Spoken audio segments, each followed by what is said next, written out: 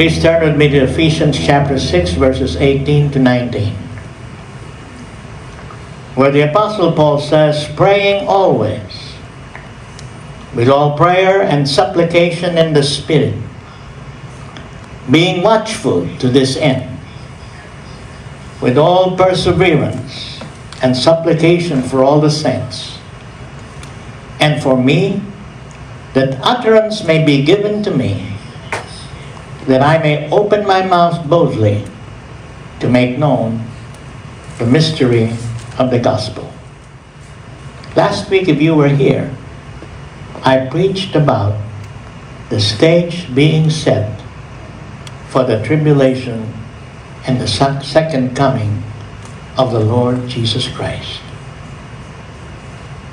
How Jesus tells us that the sign that the tribulation will start is when the armies of the world are surrounding Jerusalem.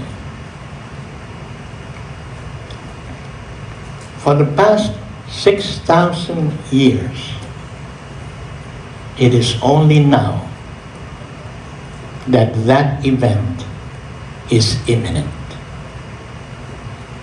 Because it is now that Israel stands almost alone by itself, with only one ally that they cannot rely on 100% of the time, which is the United States of America. After this attack on Israel, and after Israel retaliated against the Hamas and declared war on the Hamas, the United States has not always been supporting Israel. As a matter of fact, there was one instance recently where the United States did not use its veto power to favor Israel. So Israel is all alone against the whole world today. And so, since time began, this is the only time that it is probable that the armies of the world will attack Israel, attack Jerusalem, and surround Jerusalem. It is bound to happen, and it is happening soon.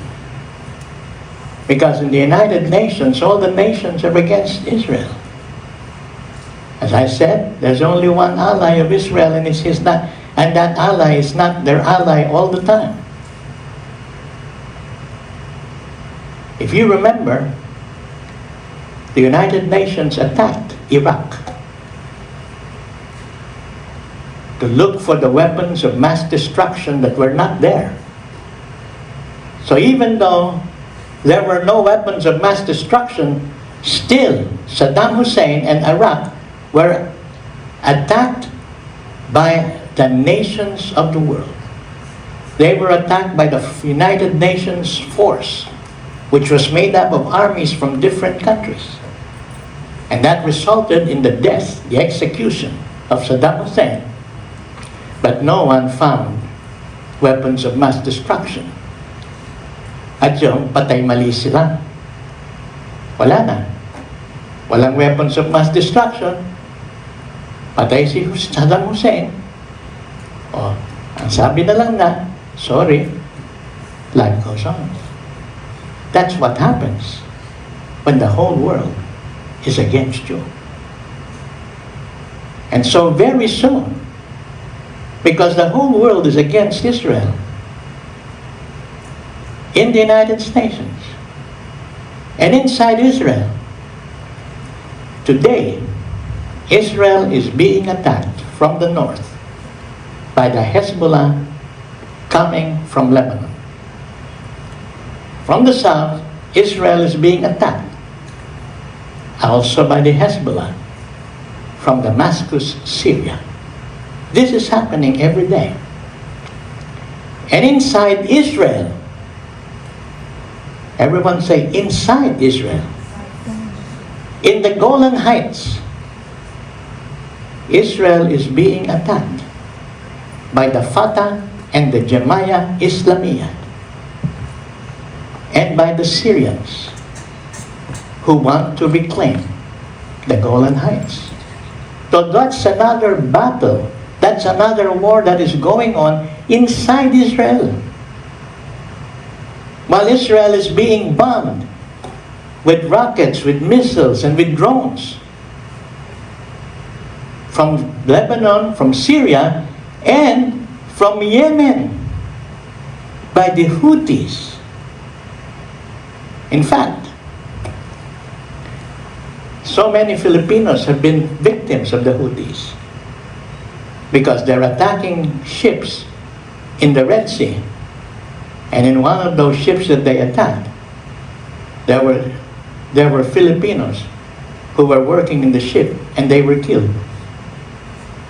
In one attack of theirs, they took as hostage all the 17 Filipinos who were working on the ship. So you may not be aware of it, but this war is going on against Israel. And Israel continues to wage war against the Hamas inside Israel. Because Gaza is inside Israel. Ask your seatmate, did you know that? Gaza is not another country that is in another place. Gaza is inside Israel. That was the part of Israel that President Clinton forced Prime Minister Rabin of Israel at the time that we were there, after the Feast of Tabernacles, for Rabin to give up Gaza, to give up Bethlehem to the Palestinians, to Yasser Arafat and his terrorist group. And of course, because they were allies, Rabin agreed to the directives of President Clinton. And this has cost them a lot of problems, a lot of troubles. In fact, this has cost them what it cost them on October 7, when those Palestinians and the Hamas coming from Gaza entered into Israel and attacked the kibbutzes and killed hundreds of Israelites and even other nationalities, and took hostages, which up to now still number 133, but everyone doubts if they are still all alive. But that's what's happening. And so whether you like it or not, we are in the end times. Everyone say that with me. We are in the end times. Now you are blessed because we are in the end times. Well, I'm blessed because I'm 80 years old. And I have a chance to be part of the rapture, to still be alive and remain on the day of the rapture.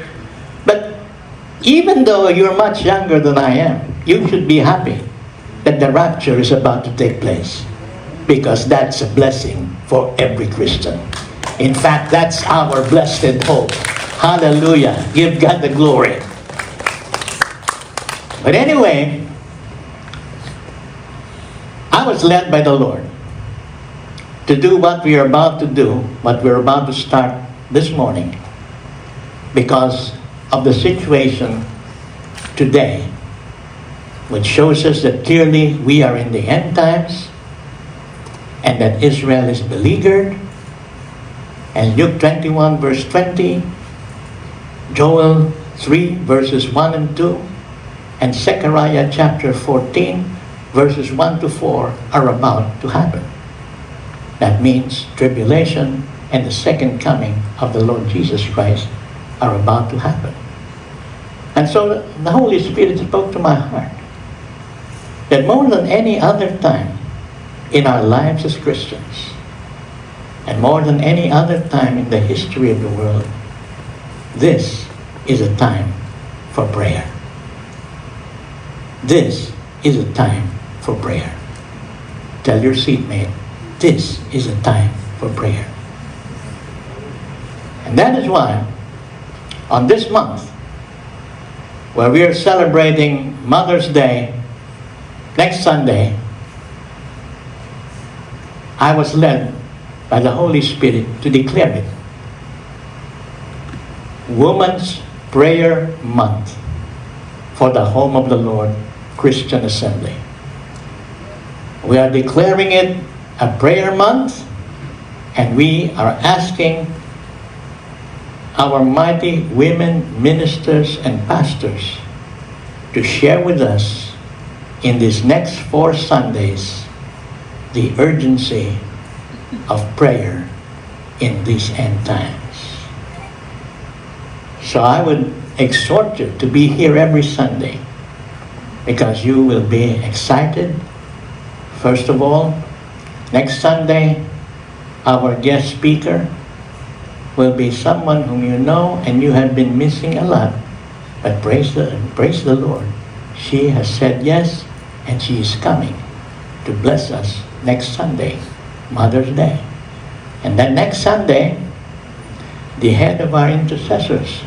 See, whom better to choose to teach us about prayer and to encourage us about prayer than the head of the intercessors of the Home of the Lord.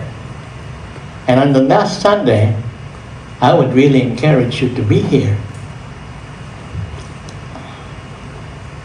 Pastora Vicky Mata of That World for All Nations, kapitbahay natin dito, said yes to me to be the one who would speak on the urgency of prayer in the end time evangelism. Because the Bible tells us in the end times we should double our efforts in bringing souls into the kingdom of God before the trumpet sounds. But now, I want you to prepare to be blessed, because right now I'd like to call on one of our pastors to share with us on the urgency of prayer in these last days.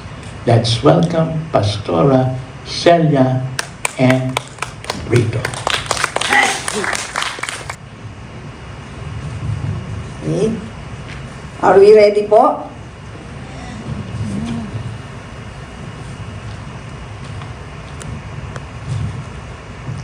Ang topic ko po ngayon is urgency of prayer, intercession in the end times. Let's pray po. Ama naming Diyos na nasa langit, maraming pong salamat o Diyos sa iyong salita, Panginoon. Salamat po sa iyong katapatan, Father God. Hallelujah. Let your anointing be upon us, Lord God, as we share your word, O Lord God. Thank you, Father God, for today. In Jesus Christ's name we pray. Amen. So, open our Bibles to John 14, 1-3.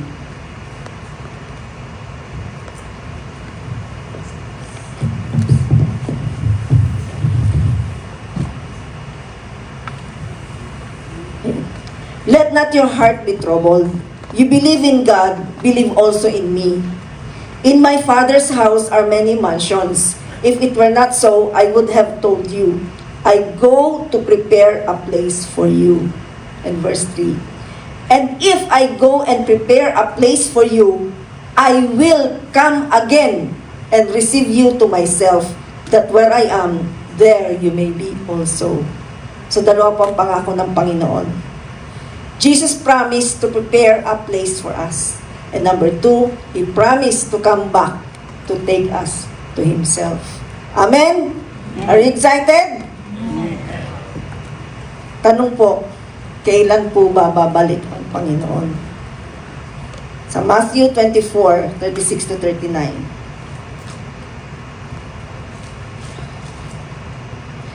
But of that day and hour, no one knows, not even the angels of heaven, but my Father only. But as the days of Noah were, so also will the coming of the Son of Man be. For as in the days before the flood, they were eating and drinking, marrying and giving in marriage, until the day that Noah entered the ark, and did not know until the flood came and took them all away. So also will the coming of the Son of Man be. So sino lang po ang nakakaalam ng second coming ni Jesus? Only God the Father. Kaya pag may mga nagsasabing, dadating na si Jesus sa June, maniniwala ba tayo? Ano po bang nasa Bible? Amen? So no one knows except the Father. Pero po, binigyan po niya tayo ng hint kung kailan dadating si Jesus. Nung panahon ni Noah, habang po siya'y gumagawa ng ark, pinagtatawanan siya. Kasi tirik na tirik ang araw, gumagawa ka ng ark. Hanggang dumating po ang flood. Nagulat na lang po sila. So sabi ng Panginoon, kung ano yung panahon ni Noah, ganun din yung pagdating ng Panginoong Jesus. Sa paglipas po ng panahon, nagdadagdag po yung pinagbibisihan ng tao. Noon, eating and drinking lang, giving in marriage. Noong mga 1970s, 1980s, ano pong pinagkakaabalahan ng mga tao? TV, comics, magazines. Lumipas na naman ang panahon. Ngayong panahon na to, ano bang pinagkakaabalahan ng mga tao? Facebook, YouTube, Viber, Netflix, at kung ano-ano pa po. Okay? Buksan po natin sa Matthew 24, 40-42. Ano po ba ang sunod na mangyayari? Then, 2 men will be in the field. One will be taken and the other left. 2 women will be grinding at the mill. One will be taken and the other left. Watch therefore, for you do not know what hour your Lord is coming. Gawin po nating modern. Kasi katatapos lang na busy-busy ang mga tao. Tapos sinabi na dito, then 2 men will be in the field, one will be taken and the other left. So habang ang buong mundo busy kay YouTube, busy kay Netflix, busy kay Facebook, busy kay Google, one will be taken and the other left. I believe this is speaking about the rapture. Hindi po masama mag-YouTube, hindi masama mag-Facebook, hindi masama mag-Netflix. But let us first read the Bible. Let us first pray. Let us first stay in the presence of God. Amen? Masahin po natin sa James 5:16.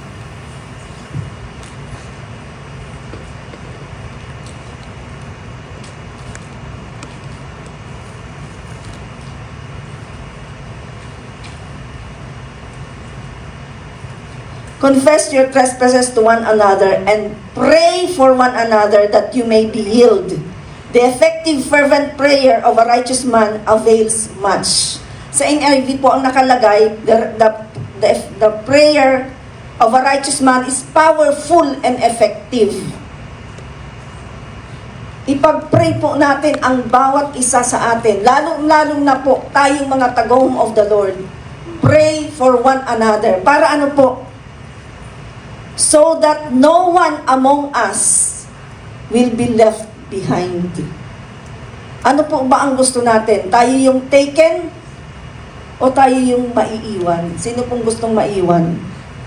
Siyempre po, wala. So, let us pray for one another that no one will be left behind pag dumating na po ang rapture. Amen? Habang po tayo nag-iintay sa Panginoon, ano po ba ang dapat nating gawin? Okay? Sa Matthew 24, 42-43, po tayo doon.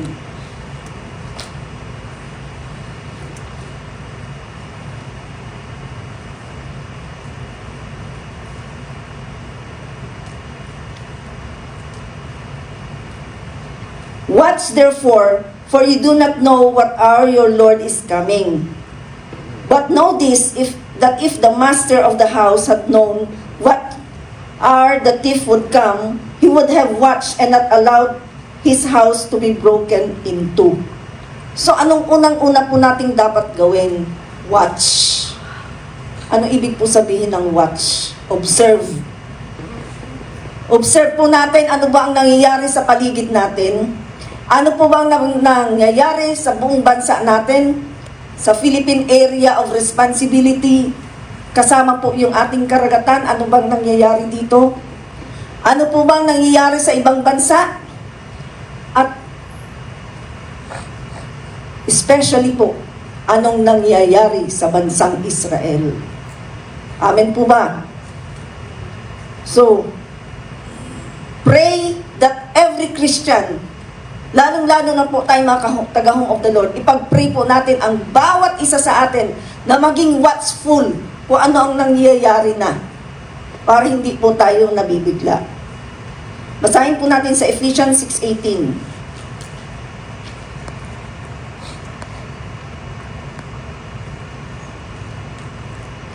Praying always with all prayer and supplication in the Spirit, being watchful to this end, with all perseverance and supplication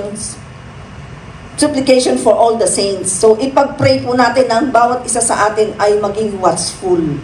Kasi pag nakikita po natin kung ano nang nangyayari, lagi tayong magiging handa. Amen? Ano po ang gagawin natin habang nag-aantay po tayo sa Panginoon? Matthew 24:44.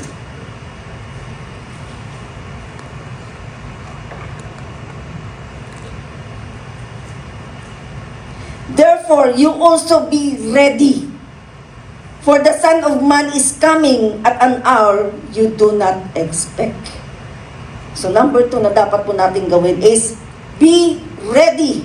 Kailangan po nakahanda tayo. Amen? Basahin po natin sa Matthew 25:1-13. Then the kingdom of heaven shall be likened to 10 virgins, who took their lamps and went out to meet the bridegroom. Now 5 of them were wise, and 5 were foolish. Those who were foolish took their lamps and took no oil with them. But the wise took oil in their vessels with their lamps. But while the bridegroom was delayed, they all slumbered and slept. And at midnight a cry was heard, Behold, the bridegroom is coming, go out to meet him. Then all the virgins arose and trimmed their lamps. And the foolish said to the wise, Give us some of your oil, for our lamps are going out. But the wise answered, saying, No, lest there should not be enough for us and you. But go rather to those who sell and buy for yourselves. And while they went to buy, the bridegroom came, and those who were ready went in with him to the wedding, and the door was shut.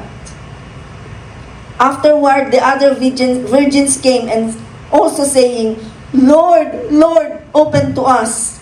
But he answered and said, Assuredly I say to you, I do not know you. Watch therefore, for you know neither the day nor the hour in which the Son of Man is coming. Dito po sa binasa natin, merong 5 wise virgins at 5 foolish virgins. Kung titingnan po natin ang sarili natin, ano po ba tayo doon? Ito pong 5 wise virgins nagre-represent ng mga Kristiyano na noong sila'y na born again, naging on fire sa Panginoon. At hanggang ngayon, on fire pa rin sa Panginoon. Amen? At itong 5 foolish virgins, ito po, nagre-represent sa mga Christians na minsan naging on fire sa Panginoon. Pero po, paglipas ng panahon, dahil sa kabisihan, busy sa trabaho, busy kay YouTube, kay Netflix, kay Facebook, nakalimutan na magbasa ng Bible, manalangin. Nagpe-pray naman ako bago kumain. Hello? Uma-attend naman ako pag pwede ako. Uma-attend naman ako sa home. Pag pwede ako. Pero pag tinatamad ako, wag na lang muna. Hello? Tandaan po natin, ano po ba sinabi ng Panginoon?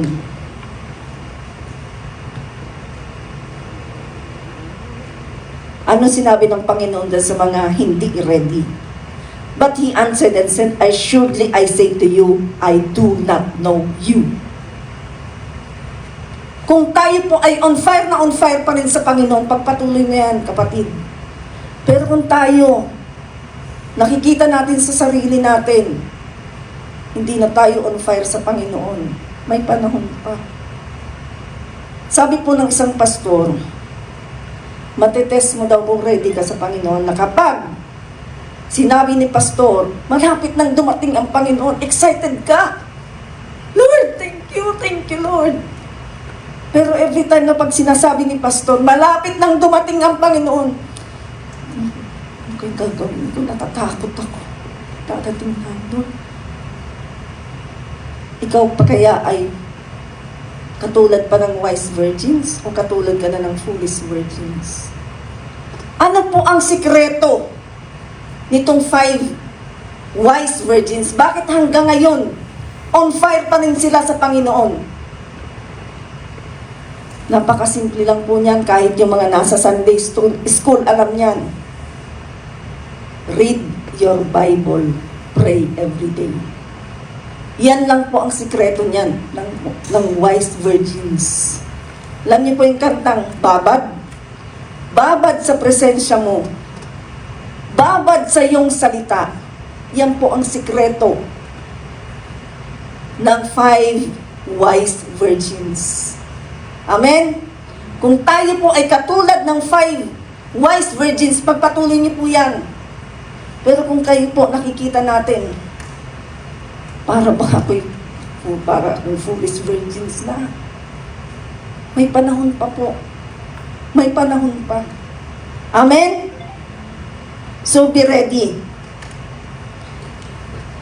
Ipag-pray po natin ang bawat isa sa atin na sa pagdating ng Panginoong Hesus, lahat po tayo dito, lahat ng Christians, lalong-lalo na dito sa home of the Lord, pag-pray po natin ang bawat isa na lahat tayo maging ready sa pagdating ng Panginoon. Para pagdating natin sa langit, reunion po ang mga nasa home of the Lord. Amen? Hallelujah! Ano pa po ba ang dapat nating gawin habang iniintay po natin ang Panginoon? Continue doing what you are called to do. Amen? Matthew 24, verses 45 to 51.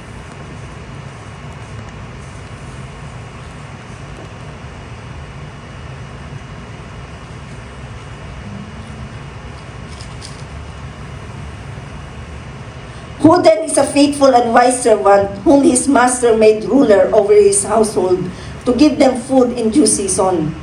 Blessed is that servant whom his master, when he comes, will find so doing.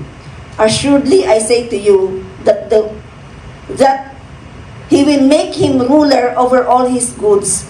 But if that evil servant says in his heart, "My master is delaying his coming," and begins to beat his fellow servants and to eat and drink with the drunkards, the master of that servant will come on a day when he is not looking for him, and at an hour that he is not aware of, and will cut him in two and appoint him his portion with the hypocrites, and there shall be weeping and gnashing of teeth.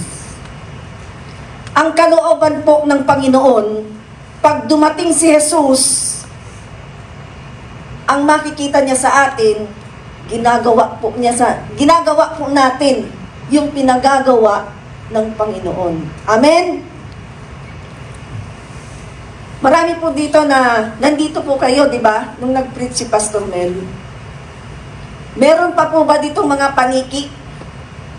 Mga magsasaka? Na pag ina-assign, ba't ako? Ba't ako? O kaya, saka na lang ako, Pastor May. Saka na lang. Alam niyo po, napakasimple nung preaching ni Pastor Mel, pero ang lakas ng tama. Kaya pag tayo po ay inassign ni Pastor Mel, yes! Pag e-exhort ako, yes! Para upang pagdating ng Panginoon, makikita niya, ginagawa ko ang pinagagawa niya. Amen? And reminder lang po sa mga mag-e-exhort, kasi pinapakita po natin, pinapakita kung ano yung scripture na gagamitin natin. Kung maaari lamang po, ibigay po natin kay Sister Susan yung ating scriptures ng Wednesday. Huwag yung Saturday na ng gabi. Kasi marami din pong ginagawa si Sister Susan. Amin po ba? At ito pong mga workers natin, ang dami po nilang ginagawa. Yung mga nagpo-post, yung mga kumakanta, tumutugtog. Napakarami po nilang ginagawa sa Panginoon. Kaya pag seryoso po yung mukha nila, at marami po silang ginagawa, unawain po natin. Amen? Amen po ba? Okay. So, pag-pray po natin ang bawat isa sa atin na pagdating po ng Panginoon, matagpuan po tayong lahat na ginagawa natin ang pinagagawa ng Panginoon sa atin. Amen? Para matuwa si Jesus sa mga taga-home of the Lord. Amen? Okay. Dito na po tayo sa signs ng pagdating ng Panginoon. Buksan po natin sa Matthew 24, 3-4.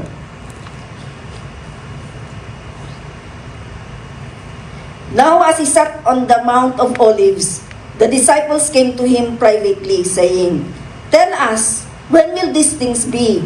And what will be the sign of your coming and of the end of the age? And Jesus answered and said to them, Take heed that no one deceives you. And verse 5, For many will come in my name, saying, I am the Christ, and will deceive many. Okay. Magpapakilalang sila ang anak ng Diyos. At marami po ang madideceive. Nakakalungkot lang po dahil may isang Pilipino na nagsasabi, I am the Son of God. At napakarami po niyang na-deceive. In fact, may kakilala po ako na miyembro doon. At ito pong taong ito, napakadami ng properties. Pero pinaghahanap na po siya ng batas ngayon. So, many will come in Jesus' name and will deceive many. So, pray for our family, pray for our co-workers, pray for our friends. Pag-pray po natin ang bawat isa sa atin na wala pong madideceive sa atin. Amen? Pag-pray po natin ang bawat isa na magkaroon tayo ng hunger and thirst for God and His Word. Kasi po, pag alam po natin ang salita ng Diyos, hindi po tayo madideceive. Amen? Ano pa po ba ang signs? Matthew 24:6. These things must come to pass, but the end is not yet. Diba, alam na alam po natin, nagkaroon ng giyera sa Ukraine at Russia. Yung giyera sa Israel, alam na alam po natin, pinaliwanag na po ni Pastor. At wag na po tayong lumayo. Kung kayo po ay laging nanonood ng news, ang China po, mas nagiging aggressive na. Dati po, yung barko ng Pilipinas, binobomba lang nila ng tubig, gamit isang barko lang. Ngayon po, dala-dalawa ng barko ng China, binobomba ng tubig ang barko ng Pilipinas. At ang sabi po sa balita, yung pressure ng tubig mas deadly na. So, pray. Pray for our country. Pray that the conflict in the West Philippine Sea will be resolved without bloodshed. Dahil ito po ay bansa natin. Pag-pray po natin ang Ukraine, ipag-pray po natin ang Russia. At higit po sa lahat, ipag-pray po natin ang Israel. Pag-pray po natin ang peace sa Israel. Pag-pray po natin ang salvation sa Israel. Pag-pray po natin ang provision sa Israel. Healing for Israel. Sapagkat po ito ang bansa na pinili ng Diyos. Hallelujah. Amen po ba? Ano pa po ba ang mangyayari? Ano pa po ba ang mga signs? Sa Luke 21:11.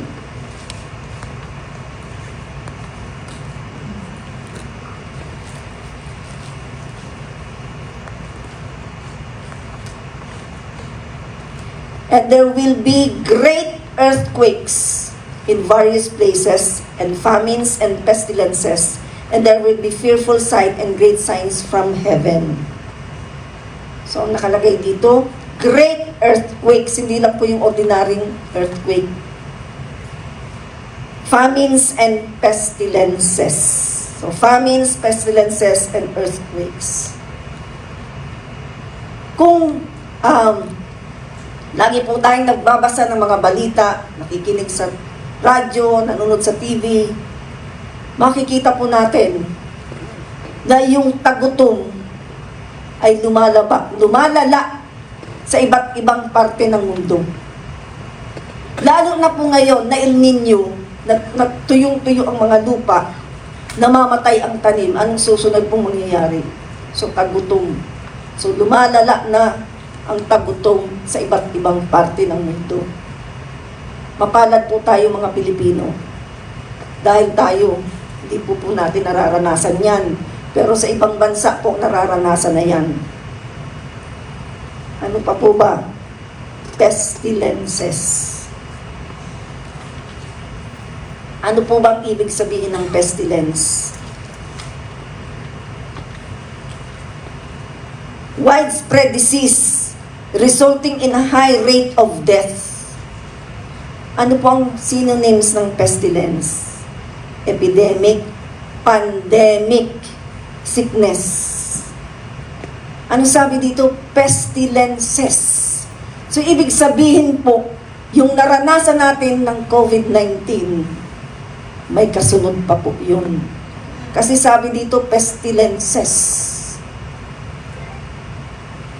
Ano pa po ba? Great earthquakes. So, nalalaman natin, iba-ibang lugar sa buong mundo, nagkakaroon po ng lindol na ang lalakas ng lindol. In fact po, sa Taiwan, sa news, pinakita yung isang building tumagilid na. Sabi po ng nanay ko noon, kapag malapit ka sa tuktok ng building, pumunta ka sa taas. Pag malapit ka naman sa ground floor, makakalabas. Ako po, nasa 10th floor.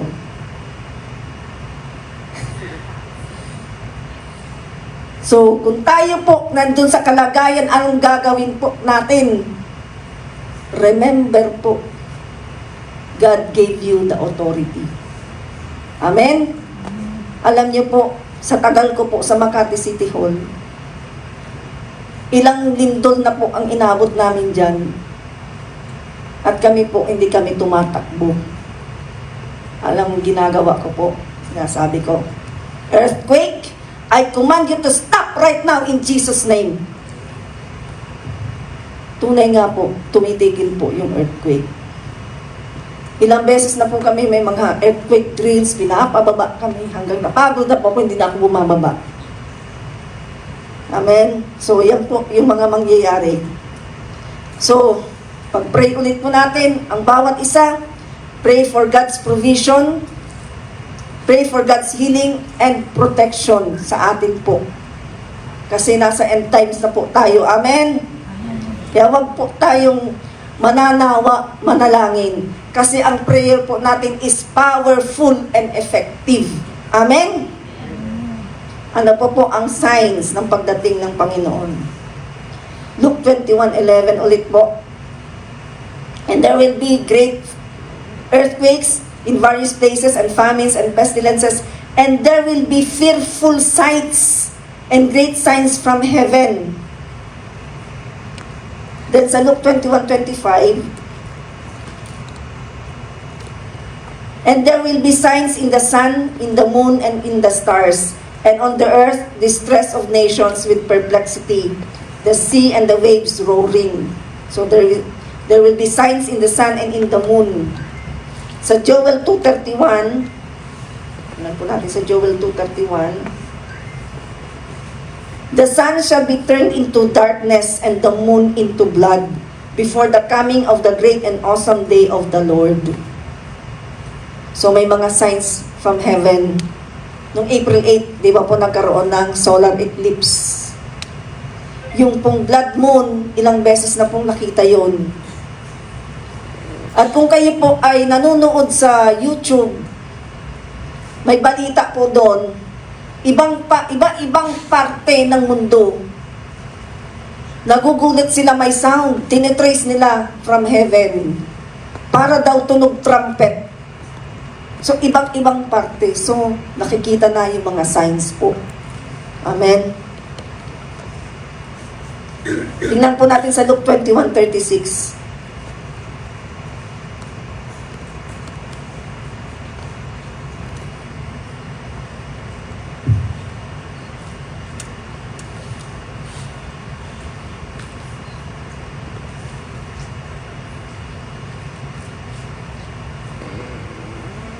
Watch therefore and pray always, that you may be counted worthy to escape all these things that will come to pass, and to stand before the Son of Man. So pag-pray po natin, ang bawat isa, that we may be counted worthy to escape all these things that will come to pass, and to stand before the Son of Man. Amen po? Ano pa po ang signs na dadating na ang Panginoon? Sa Matthew 24:24-27.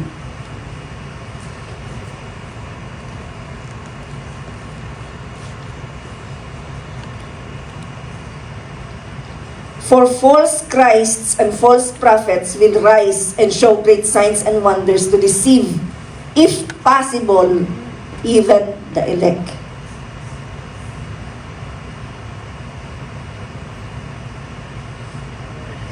See, I have told you beforehand. Therefore, if they say to you, look, he is in the desert, do not go out.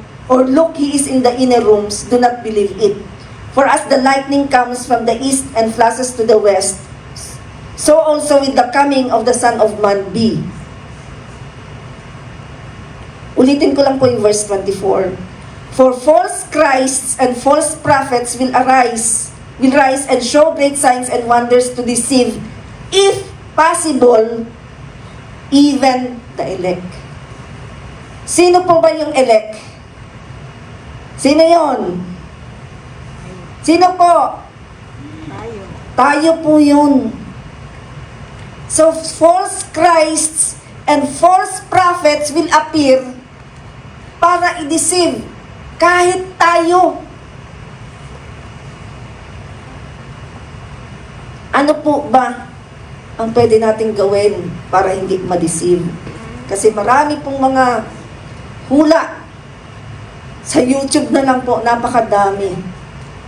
Meron nagsasabi, meron dyan prophet of doom.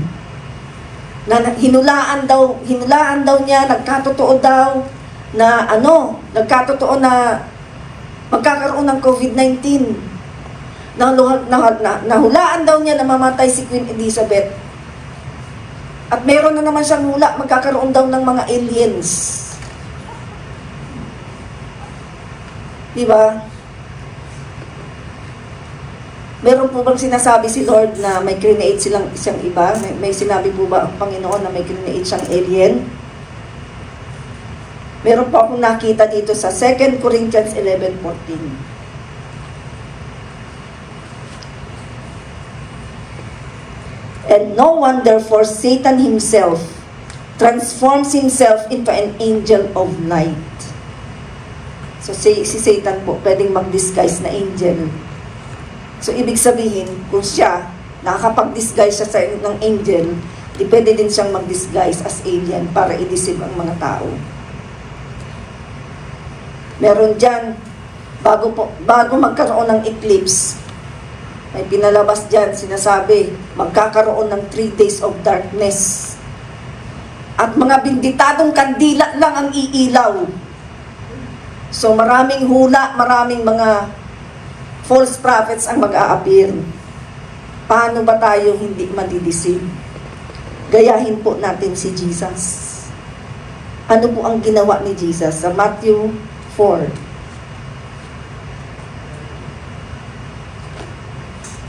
Sa Matthew 4, Matthew 4 verses 3 to 4. Now when the tempter came to him, he said, "If you are the Son of God, command that these stones become bread." Anong sagot ni Jesus? But he answered and said, "It is written, man shall not live by bread alone, but by every word that proceeds from the mouth of God." So para po tayo hindi ma-deceive, we have to know what is written. The Bible.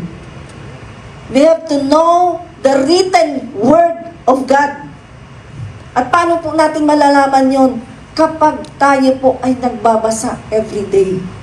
Kaya mga Sunday schoolers pa lang po sinasabihan na, read your Bible, pray every day. Para po tayo hindi madeceive. Hindi yung, ay, member ako ng Home of the Lord, hindi na ako madideceive kahit hindi ako magbasa ng Bible. Hindi po yun pwede. Hindi yun po pwedeng, si Pastor Boji na ang magbabasa para sa akin. Hindi po pwede yun.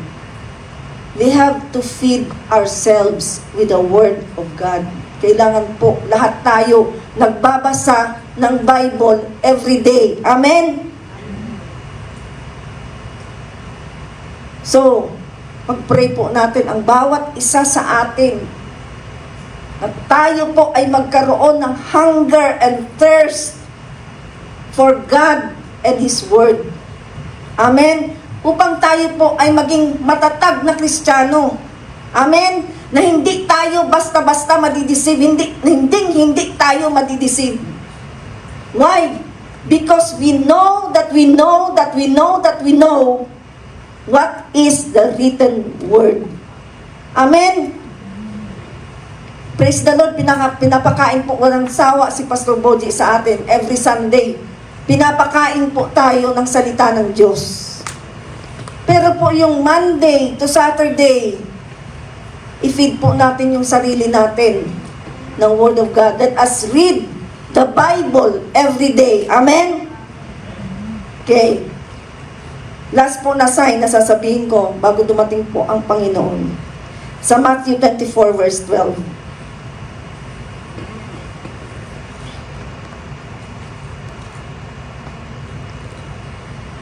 And because lawlessness will abound, the love of many will grow cold.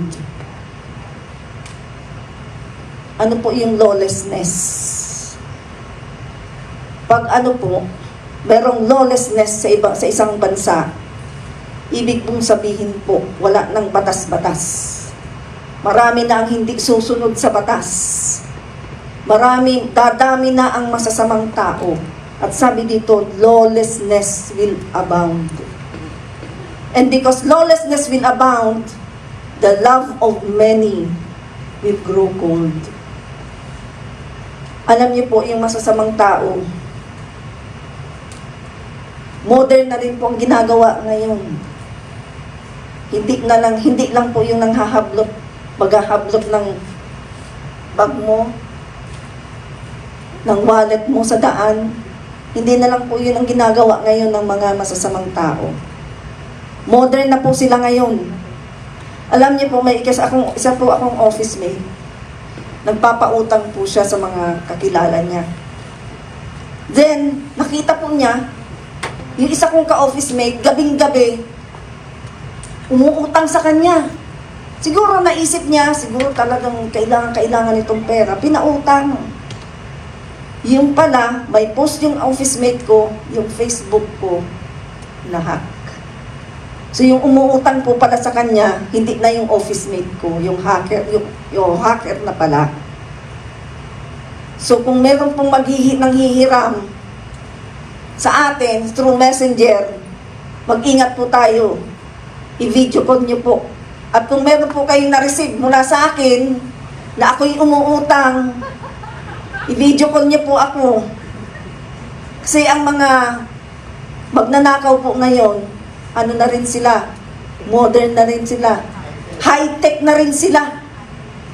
Okay?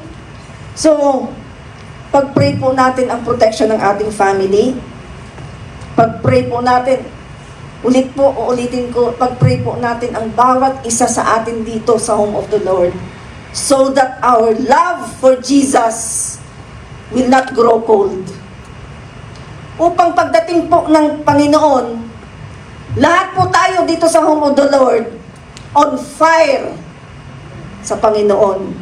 At pag dumating po yun, tuwang-tuwa ang Panginoon at tuwang-tuwa po sa atin si Pastor Boji, na siya po, kung i-consider natin, siya po ay Ama natin. Amen? Pangalawa po sa Diyos Ama natin, ang Ama po natin dito sa Home of the Lord, si Pastor Boji. Huwag po natin ipahiya si Pastor Boji kay Jesus. Amen? Let us pray for every one of us upang wala pong nanlalamig, kundi lahat po tayo on fire sa Panginoon. Amen? Amen. Let's pray po. Father God, marami pong salamat, O Diyos, sa iyong salita, O God. Hallelujah, God. Salamat po, Panginoon, dahil bago ka po dumating dito, bago po ang second coming mo po, binagyan niyo na po kami ng mga hint, Panginoon, upang po kami maging handa, ang bawat isa po sa amin ay maging handa, upang makita ka po sa rapture, Panginoon. Salamat po. We declare, we thank you, Lord. We pray for every member of this church, Lord God, na lahat po kami maging on fire sa iyo, Panginoon, na walang manlalamig po sa amin, Panginoon. Go through. Hallelujah, God. Father God, tinatas din po namin sa iyo ang bansang Pilipinas, Panginoon. We pray for protection upon our country, for salvation, Panginoon, for provision, Lord God. Lord, tinatas din po namin sa iyo, Panginoon, ang bansang Ukraine. We pray, Panginoon, na matapos na po ang giyera, Panginoon, sa Ukraine, na mapigil na po ang Russia sa pagkigera sa kanila, Panginoon. And Father God, most of all, Father God, we pray for Israel, Lord God. Ang bansang pinili mo, Panginoon, ang mga taong pinili mo, Father God. Lord, tinataas namin sila sa iyo, Father God, in the name of Jesus, Lord God. Lord, we pray for salvation in Israel. We pray for peace, Lord God, in Israel. Father, we pray for healing in Israel, and we pray for salvation in Israel, Lord God. Marami pong salamat, Ama, sa araw na ito, sa tayong pangalan ni Jesus. Amen. And so I don't want us to waste this opportunity to make sure that when the rapture happens, you will be part of the rapture.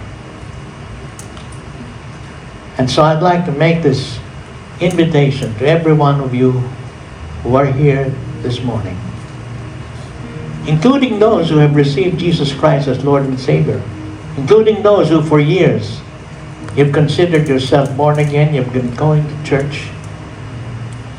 I would invite you to make sure. Kasi ako, maniniguro ko eh. That's why every time I lead you into the prayer, into the sinner's prayer, I say it myself. Diba? Eh dahil mabuti, makasiguro na tayo. Kasi malapit na tumunog ang trumpeta. And so I'd like to make this invitation to everyone. Because the only way we can be a part of the rapture is if Jesus Christ is our Lord and our Savior. He is the only way to the Father. He is the only way to salvation. And so He is the only one who can snatch us up and bring us to heaven on the day of the rapture. And so I'd like to invite all of you here in the sanctuary, and those of you who are out there watching on Facebook Live or watching on YouTube, I'd like to invite all of you to say this prayer after me. Say it aloud, coming from your heart, that we may be sure that when the rapture happens, we will be together and we will be singing Kita-kits na naman. So let's pray. Please repeat after me.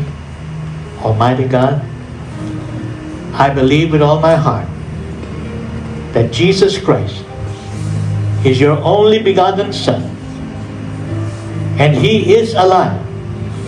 You raised Him from the dead, and I confess with my mouth, Jesus Christ is my Lord and my Savior. Lord Jesus, come into my heart. Take over my heart and my life from this day on. Forgive me for all my sins, and please seal me for the day of the rapture.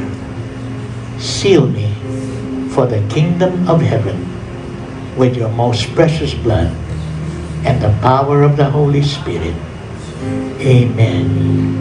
At sa Tagalog naman po, sumunod din po kayo sa akin, sabihin natin ng malakas na nagmumula sa ating mga puso ang panalangin ito. Makapangyarihang Diyos, nananampalataya ako ng buong puso na si Yesu Kristo, ang inyong bugtong na anak, na siya'y buhay. Binuhay niyo siya mula sa mga patay at pinahahayag ko ngayon sa aking mga labi si Yesu Kristo, ang aking Panginoon at tagapagligtas. Panginoong Jesus, pumasok po kayo sa aking puso.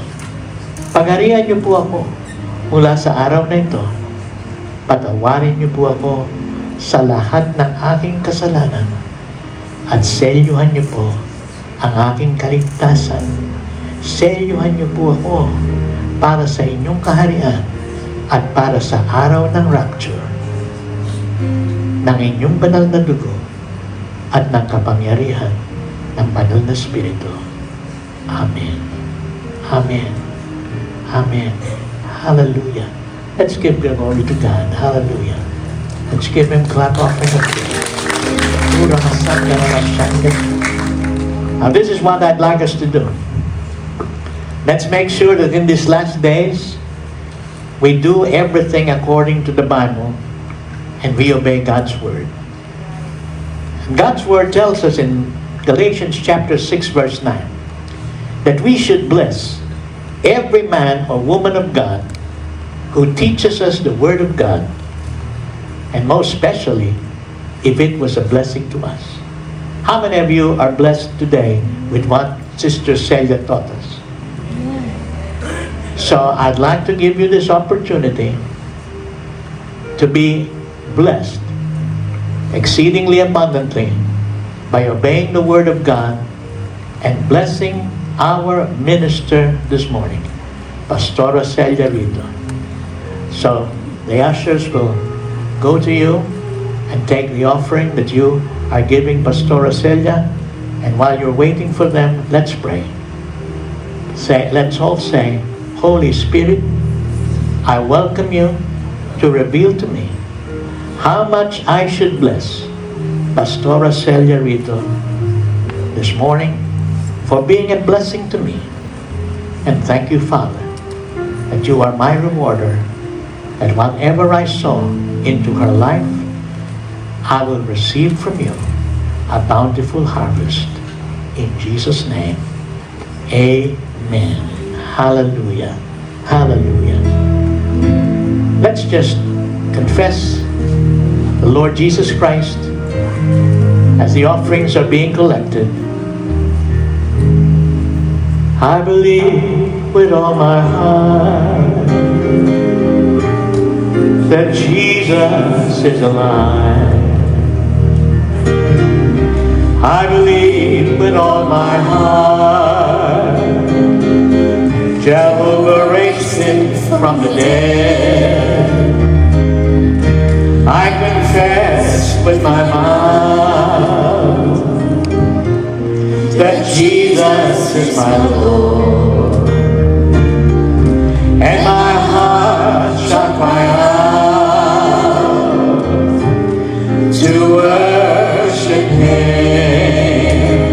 worship Him with me. You are my Lord. You are my King. You are my strength, my everything. I will bless your name. I will sing your righteousness. I will praise your holy name forever.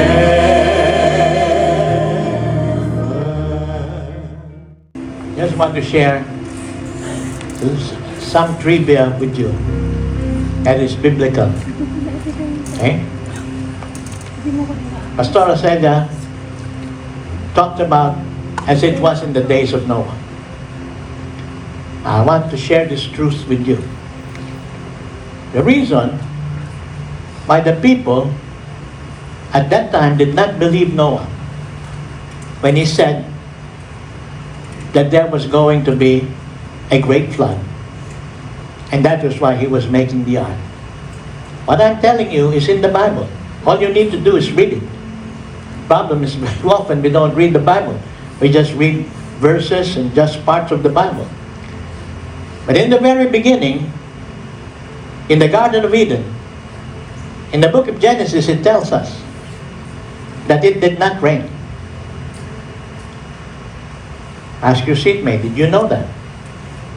There was no rain for 1,000 years on the earth.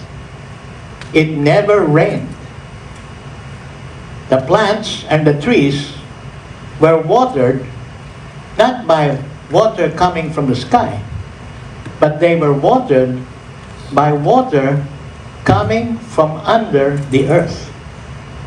They were watered with the moisture and the dew that came from the earth. And this was how the Israelites developed the technology on underground irrigation. They based it on the Word of God. At that time, there was no rain because the water for the plants and the trees were coming from under the ground, from the moisture and the dew coming out of the ground.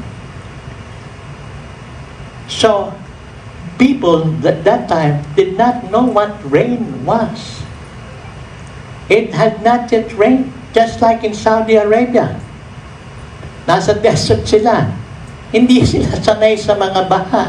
Kaya nung biglang bumaha, di ba? Bumuhos ang ulan, ang daming nalunod. Sa kasamaan palad, may 3 Pilipinong nalunod doon sa Dubai. But that was because they had never experienced heavy rains.